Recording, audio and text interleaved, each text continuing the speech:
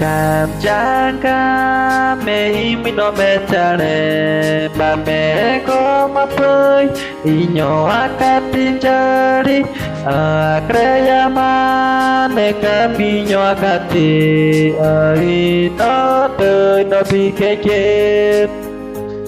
bà kami ke kumre bà kami tới kumre cảm giác kami mới nó mê cha nè bà mẹ có apa nyo akati jadi akat nyaman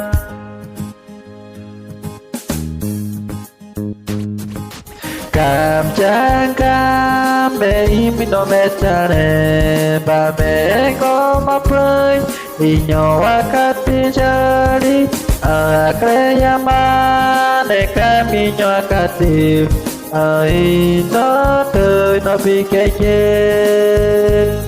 bà cả biết cái cung rê bà cả biết tới cung rê cảm giác cả mẹ mới nó mẹ cha rê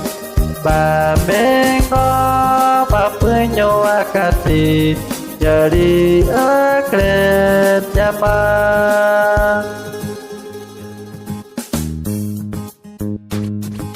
cảm giác cảm mẹ mình nó mẹ cha nè bà mẹ có một hơi nhỏ akati jadi kreya ma ne kami nhỏ akati ai nó tới nó bị cái chết bà kami ke kumre bà kami tới kumre cảm giác cảm mẹ mới nó mẹ cha nè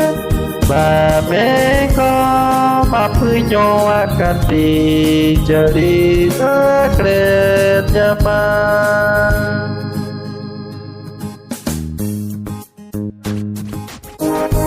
jaga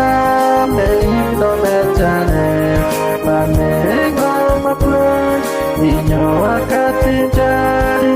akret nyaman ne kami akati ai đó tới nó bị cái chết và cả biết cái cung lên và cả biết thấy cung lên cảm giác cả mẹ mới nó mẹ sao đấy và mẹ có mà punya wakati jadi akret nyaman